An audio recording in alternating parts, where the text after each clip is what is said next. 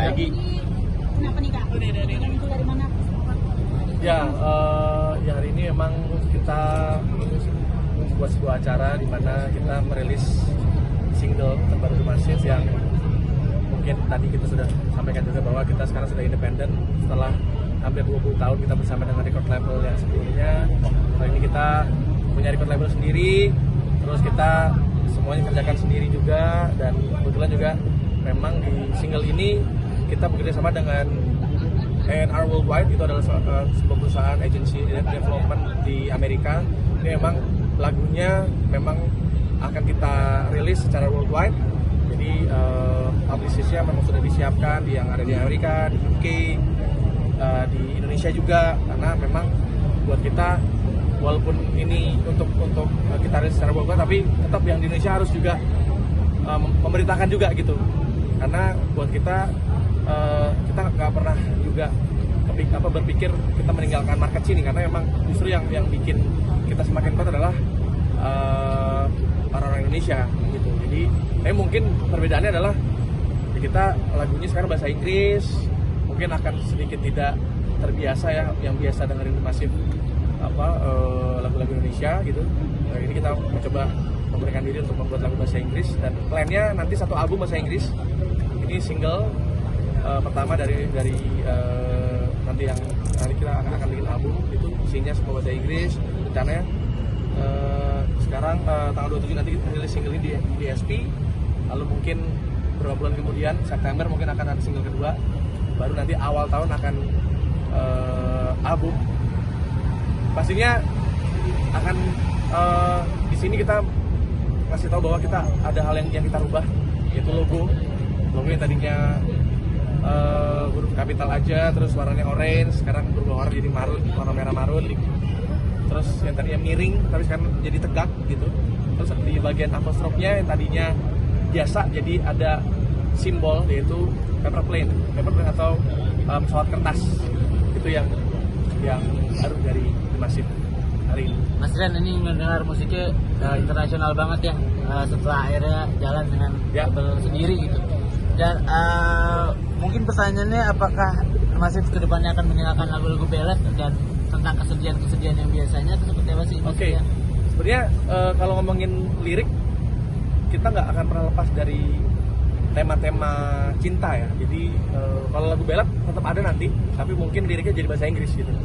Jadi tetap ada lagu-lagu yang mungkin menyayat hati juga, tapi mungkin jadinya sekarang yang ngerti nggak cuma orang Indonesia, tapi di Filipina orang bisa lebih ngerti karena bahasa Inggris, atau mungkin di Amerika atau di UK atau di Australia jadi ngerti lagu-lagu kita gitu. Karena kalau sekarang kan yang kemarin kan kita masih dengan bahasa Indonesia gitu. Kenapa harus bahasa Inggris Mas sekarang? Apakah memang dengan bahasa Inggris bisa membawa Massive mengejar mimpi untuk lebih internasional lagi atau seperti apa? Pastinya kalau ngomongin bahasa Inggris kan juga menjadi bahasa dunia ya. Jadi buat kita ini penting, kalau kita mau dikenal lebih luas ya memang harus pakai bahasa Inggris gitu menurut kita ya. Dan mungkin juga udah waktunya juga, karena sebenarnya kita udah mulai pemanasan tuh di album ke-7 dan 8. Di album 7 itu kita sempat bikin satu lagu judulnya Side by Side. Itu sudah kita selipkan di album ke-7, lalu di album ke-8 itu kita menyelipkan satu lagu bahasa Inggris juga, judulnya November. Jadi memang sebenarnya kita udah pemanasan nih sebenarnya di album-album sebelumnya. Nah kali ini kita mencoba untuk full bahasa Inggris gitu. Dan ya mudah-mudahan bisa diterima. Mungkin nggak mudah pastinya, tapi kita harus optimis lagu-lagu kita bisa diterima lebih luas lagi. Jadi setelah mungkin dari label ini sendiri akan berubah dari gaya panggung kah, atau mungkin aksi panggung kan mungkin debatnya sekarang udah berbeda banget. Mungkin bedanya apa ya? Bedanya mungkin yang pertama, semuanya akhirnya kita urus sendiri. Kita jadi tahu segala pengeluaran ternyata gak gampang jadi independen, karena ternyata nggak mudah, tapi kita menikmati prosesnya. Bedanya mungkin justru malah setelah independen kita jadi bisa lebih eksplor sih. Bahkan mungkin dari secara aksi panggung, nanti mungkin dari visual, dari lighting ya, nanti akan ada banyak perubahan lah gitu dari yang biasanya, lebih terkonsep. Karena kalau dilihat dari tadi music video kan itu kita nggak pernah tuh bikin music video sedark itu ya. Kan biasanya kalau ngeliat music videonya The Massive tuh terang, beauty shot, terus kita ada set bandnya lagi megang alat. Nah kali ini kan benar-benar kita nggak megang alat musik, kita kayak berakting gitu di situ, dan ceritanya juga cukup absurd ya, maksudnya nggak pernah kita lakukan seperti ini ya di music video sebelumnya gitu. Mau nanya, untuk konsernya sendiri nanti apakah fokus ke luar negeri dulu, apakah di Indonesia atau gimana?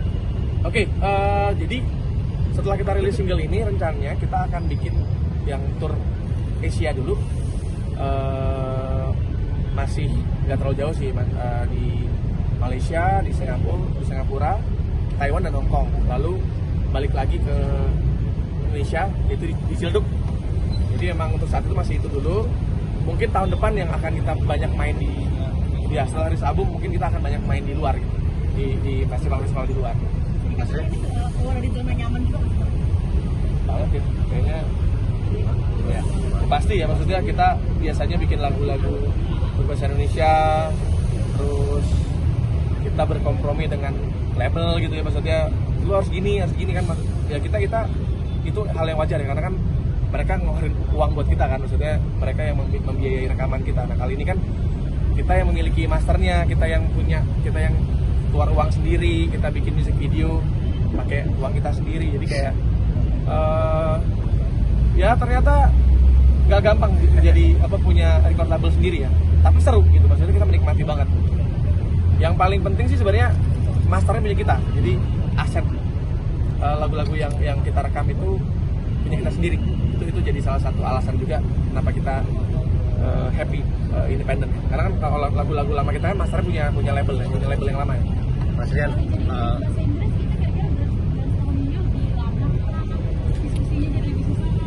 sebenarnya justru malah prosesnya kadang malah bisa lebih cepat ya, karena memang kalau bikin lagu ini kan memang kita udah siapkan memang untuk bahasa Inggris ya, jadi bukan lagu Indonesia kita Inggrisin gitu, tapi memang dari awal kita gejang-gejang itu memang kebayangnya memang liriknya bahasa Inggris gitu. Jadi ya sebenarnya hampir sama kayak kita bikin lagu Indonesia sebenarnya, cuma bedanya ini liriknya bahasa Inggris aja.